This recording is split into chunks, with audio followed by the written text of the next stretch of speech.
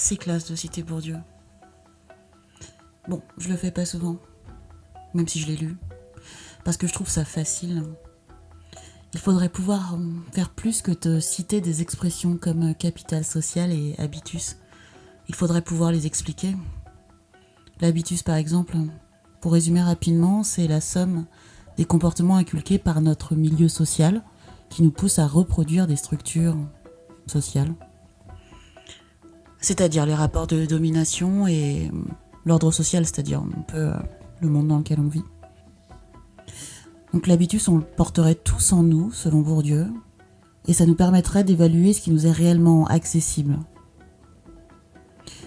Ce n'est pas un facteur de détermination qui est immuable, il peut évoluer, mais encore faudrait-il en avoir conscience et avoir les outils pour le questionner, le dépasser. Je pense que les applications de dating n'échappent pas à la notion d'habitus. C'est pas ma théorie, évidemment. Elle est assez répandue et ça fait même partie des sujets abordés dans l'essai de Christelle Murula, Amour silencieux, où elle explique notamment qu'être désirable, c'est aussi être considéré et valorisé par la société dans laquelle on évolue. Ce qui n'est pas le cas des femmes noires. Ok, donc les blanches sont au sommet du classement, mais les blanches qui ont un accent étranger sont encore au-dessus. Tout à fait. Tu sais, Kylie Jenner et Minka Kelly, elles sont numéro 1. Mais si elles prononcent mal notre langue et qu'elles font des fautes, elles sont Gal Gadot. C'est pas Wonder Woman pour rien alors. Elle est trop classe. Ok, ensuite, il y a vos nanas exotiques. Vous savez, les filles à qui on demande tout le temps « Hey meuf, c'est quoi les origines de tes ancêtres ?» Oui, ce sont vos Carucci, vos Chrissy Teigen et vos Cassie. Si on parlait des latinas, de vos cubaines, hello, de vos brésiliennes, de vos puertoricaines, on se calme, Rosetta Stone. Gillo et toi, vous êtes tout en haut. Bon, écoutez, c'est des conneries tout ça. Cette fameuse liste dont vous nous parlez, elle n'est pas valable pour tout le monde. J'aimerais souligner le fait que la culture populaire dit le contraire. Je fais référence à ces femmes de sportifs, ces meufs de rappeurs, et toutes ces célébrités influentes sur la scène du showbiz. C'est vrai, quel genre de message ça envoie à votre avis? Le message, c'est qu'on est inexistante. Ce que me dit une application qui se base sur les points communs comme OkCupid, c'est que c'est vrai, être attirant ne fait pas tout. D'ailleurs, je vous apprends rien quand je vous dis que les applications ont tendance à mettre en exergue les rapports de domination qui structurent le monde dans lequel on vit. Et en dépit de ce que peuvent me dire les personnes blanches que je rencontre ou les chaînes d'infos en continu, je suis bien française et j'aime me penser assez profonde pour considérer l'attirance physique comme un critère secondaire. C'est pour ça que quand je vois des taux de compatibilité très hauts avec des mecs à moustache et foulard qui s'appellent Pierre A, ou des Auréliens de mon âge qui en paraissent 20 de plus, des architectes qui ne me parleront que par curiosité, oui, entre parenthèses, c'est un sujet qui me traverse souvent l'esprit et sur lequel je me pencherai bientôt, tous les sujets qui cachent cette curiosité-là. Parenthèse fermée. Je me dis pourquoi pas. Un like, un swipe ou autre n'engage à rien après tout. On aime les mêmes vins, les mêmes objets culturels, on aimerait se détendre dans les mêmes lieux de villégiature, ce genre de truc. C'est ce que me disent ces taux de compatibilité si élevés. Nos références culturelles sont les mêmes.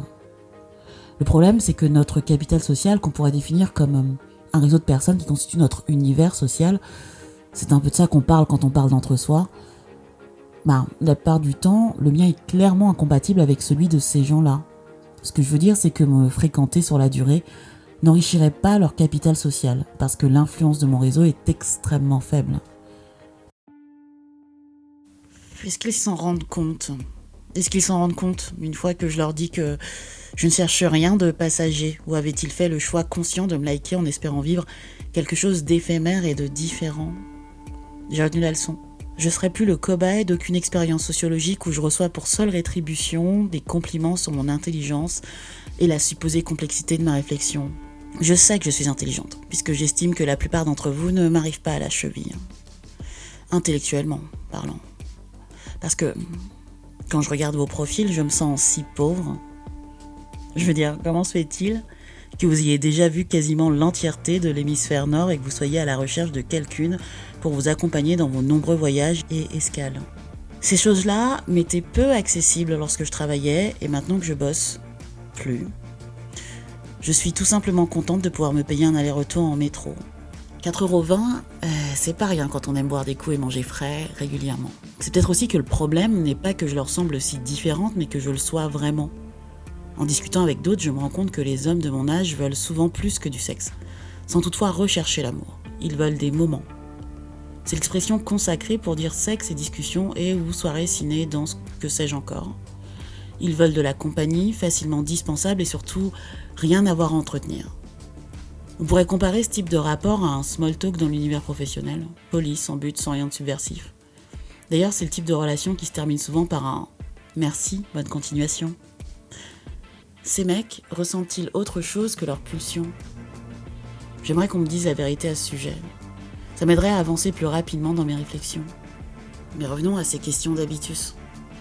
Donc sur le papier, tout colle. Ces garçons et moi avons fait le même type d'études supérieures. On danse dans les mêmes lieux, on lit les mêmes auteurs, on se croise au concert de James Blake et... Mais sur la composante culturelle, la couche la plus profonde qui nous permet de nous caser dans un groupe, plus rien ne colle. Par exemple, je rencontre ce mec dont j'ai oublié le nom, appelons-le Constant, tête de geek, chef d'entreprise, un appartement rive gauche décoré comme une maison de témoin, mais plutôt cool en somme. On se raconte nos vies devant une bouteille de rouge en écoutant une playlist que je pourrais avoir concoctée moi-même.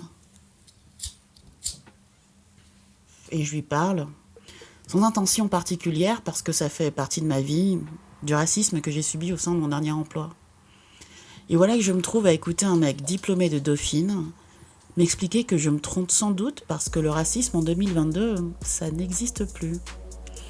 Je le laisse parler parce que ma libido a une sacrée dalle et que j'ai pas la force de vivre au gré de mes convictions ce soir-là. Mais cette défaillance-là, dans sa culture, m'a clairement refroidi.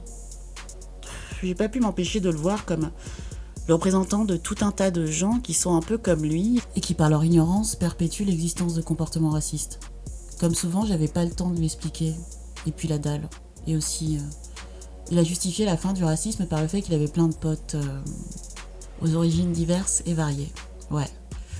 J'ai bien vu les photos dans son entrée quand je suis arrivée et j'ai surtout eu l'impression de me trouver face à différentes versions de lui dans des photos de groupe. Bref, je sais pas si je suis claire, mais ce que je veux dire, c'est que c'est compliqué d'établir la moindre relation quand les désaccords se présentent sur des principes simples comme la réalité. Mais enfin, ne serait-il pas logique qu'à habitus différents correspondent des réalités différentes ? De toute façon, j'ai bien senti quand ça s'est terminé que je faisais partie de ces rencontres juste pour le fun. Comment je le sais ? Un truc dans son regard, sa façon d'insister sur les compliments physiques, mais surtout l'absence de messages pour savoir si mon trajet de 4h du mat à vélo en plein hiver reliant la rive gauche au nord de Paris s'était bien déroulé. Je perds mon temps avec les constants. Oh oui, je généralise. Mais bon, c'est pas comme si le sexe avec cette personne avait été révolutionnaire. Et même si ça avait été le cas, les fondamentaux quoi. Voilà. Je perds mon temps et je me demande parfois si l'app se fout pas un peu de ma gueule à me proposer ce genre de profil. Ces algorithmes s'amuseraient-ils à me faire croire que je pourrais éventuellement finir avec ce genre de mec parce que ce sont les profils qui plaisent le plus ? Moi, je prends ce qui vient, j'en suis là. Enfin, c'est vrai, il y a aussi ces mecs avec des barbes de ZZ Top, geekos, aux hobbies que je ne comprends pas. Ceux qui ne savent pas orthographier, salut, ça va. Ça aussi, je dis non. Est-ce que c'est une forme de snobisme culturel ? Social ? Je sais pas, non.